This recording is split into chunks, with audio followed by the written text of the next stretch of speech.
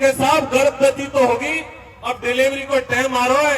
ये पिछले 5 साल में गर्भवती महिला की सोनोग्राफी पे सोनोग्राफी, सोनोग्राफी पे सोनोग्राफी, ये किस सरकार ने की? और साहब मेरा तो खानदान है जो एक बार खेदी ने पत्थर की लकीरें कोई बिदादा पर नहीं मिटे।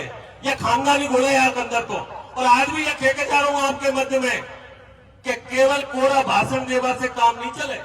ढूंढरी बात के अंदर मैं तन मन धन से आपके साथ में खड़ा हुआ हूं, आपके साथ में खड़ा हुआ तन मन धन से। ऐसा नहीं बनाया प्लीज।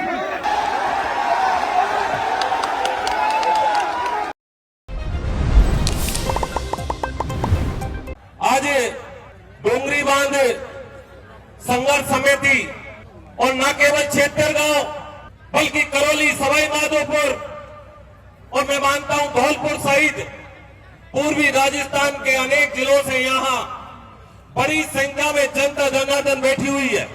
और उसी जनता जनार्दन के बीच में राष्ट्रीय स्तर पर किसानों की लड़ाई लड़ने वाले ऐसे बड़े नेता सम्मान्य राकेश टिकैत साहब हमारे बीच में बैठे हुए हैं, जिन्होंने प्रदेश स्तर पर एक युवाओं के अंदर एक अलग जगाई। ऐसे युवा साथी सम्मान्य नरेश मीणा हमारे बीच में बैठे हुए हैं। बाप पार्टी से जिनका राजस्थान में जिनके 4 विधायक हैं और वहां से भी हमारे विधानसभा के सम्मानित साथी भाई थावर चंद जी हमारे बीच में विराजमान है। हमारे सपोर्टर से एक बार नहीं, 2 बार नहीं, 3 बार इस सपोर्टर की भोली वाली जनता का नेतृत्व करने वाले पूर्व मंत्री सम्मान्य रमेश मीणा जी हमारे बीच में विराजमान है। और अनेक ऐसे साथी हैं जो इस मंच की शोभा बढ़ाने के लिए हमारे बीच में, जिन्होंने एक क्रांतिकारी आंदोलन का आगाज जगाया। ऐसे सम्मान्य राजेंद्र गुड़ा जी, जिन्होंने एक उदाहरण आपके बीच में रखा और वो उदाहरण क्या था कि गर्भवती हो गई भैया, डिलीवरी मत होने दो। ये उदाहरण आपके बीच में दिया। मैं सामान्य गुड़ा साहब के बीच में रखना चाहूंगा कि साहब गर्भवती तो होगी, अब डिलीवरी को टाइम आ रहा है। ये पिछले 5 साल में गर्भवती महिला की सोनोग्राफी पे सोनोग्राफी, सोनोग्राफी पे सोनोग्राफी, ये किस सरकार ने की? उस सरकार को इस जगह जवाब देना पड़ेगा। यदि वह सरकार जिस डूंगरी बांध के बीच में, जिस डूंगरी बांध को लेकर यहां जवाब तलब हो रहा है, ये डूंगरी बांध को आज मुझे मंच के माध्यम से बता रहे थे कि कोई राजनीति की भाषण नहीं होगा। मैं इस मंच का सम्मान करता हूं। मैं भारतीय जनता पार्टी, क्योंकि मेरी सरकार है और आप सबके चरणों में मैंने आपने सेवा की है, उसका प्रतिफल देकर उस विधानसभा में मुझे पहुंचाया है, तो मेरा कर्तव्य बनता है कि मेरी जनता के सुख में दुख में मैं जी जान से उनके बीच में खड़ा रहूं। और इसी वजह से आज इस डूंगरी बांध की सभा के अंदर मैं आयोजित हुआ, उपस्थित हुआ हूं। मैं जनता जनार्दन के बीच में रखना चाहता हूं। ये हमारे ऊपर उंगलियां उठाते हैं, मैं आपके बीच में मंच के माध्यम से बोल के जा रहा हूं। और साहब मेरा तो खानदान है जो एक बार खेदी ने पत्थर की लकीरें कोई बिदादा पर नहीं मिटे। ये खानदानी गुण है यार अंदर तो। और आज भी ये कह के जा रहा हूं आपके मध्य में कि केवल कोरा भाषण देवा से काम नहीं चले, नहीं चले केवल कोरा भाषण देवा से। कभी कभी तो ऐसा लगता है कि ये मंच केवल जो भाषण देने वालों को ट्रेनिंग देने का काम कर रहा है। अरे ये ट्रेनिंग कैंप नहीं है, ये ईआरसीबी, ये डूंगरी बांध से लोग जो परेशान हैं, जो आग जल रही है, उस आग में चूल्हा लगाकर रोटियां सेकने का काम नहीं है। किसी का घर पड़ने वाला है, उनके लिए हम लोग मिलकर क्या काम कर सके, उसके लिए काम करने का टाइम है। और मैं जरूर कहना चाहूंगा, क्योंकि मेरे मंच में, जिस मंच में मैं उपस्थित हूं, ये जनता जनार्दन है, मैंने स्वाभिमान के साथ 2 साल काम किया है। क्योंकि यह बात मेरे ऊपर आरोप लगाए, उन आरोपों की बात हुई है। और इस मंच के माध्यम से यदि मैं उनका आरोपों का जवाब नहीं दूंगा तो मैं इस मंच पर कायर कहलाऊंगा।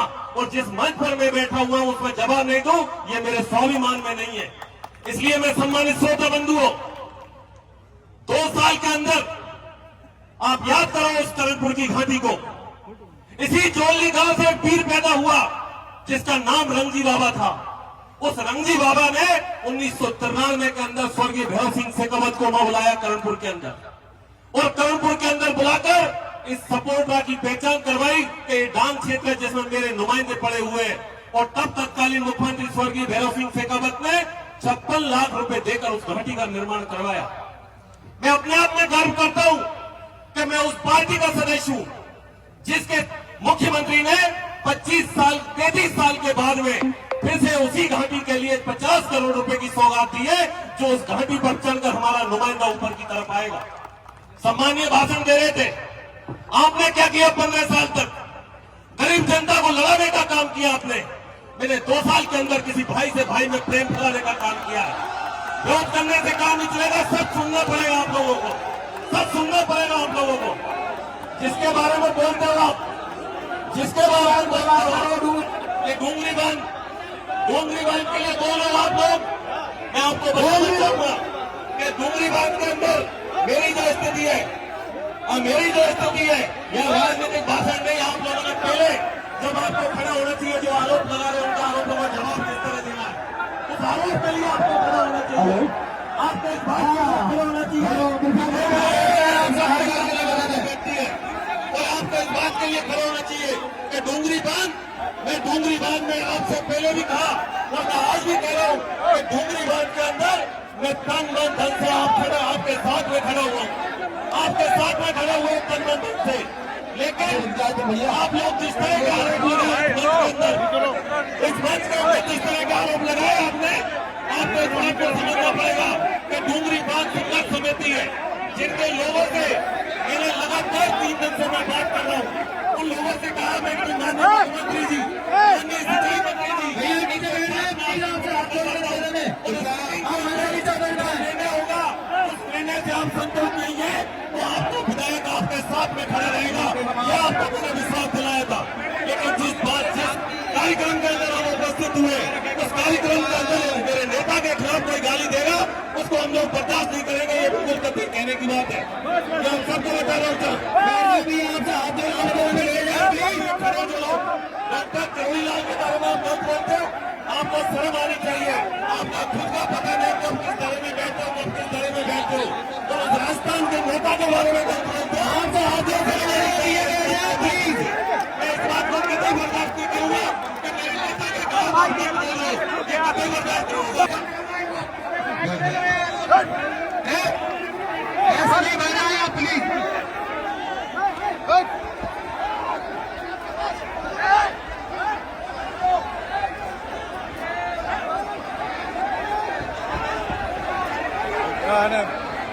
कौन है?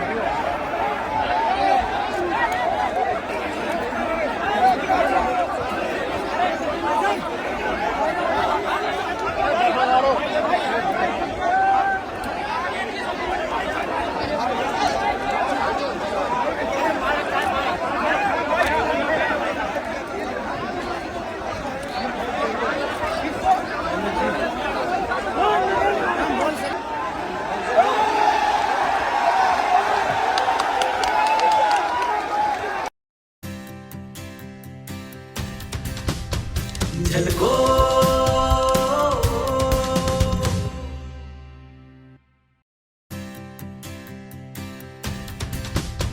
झलको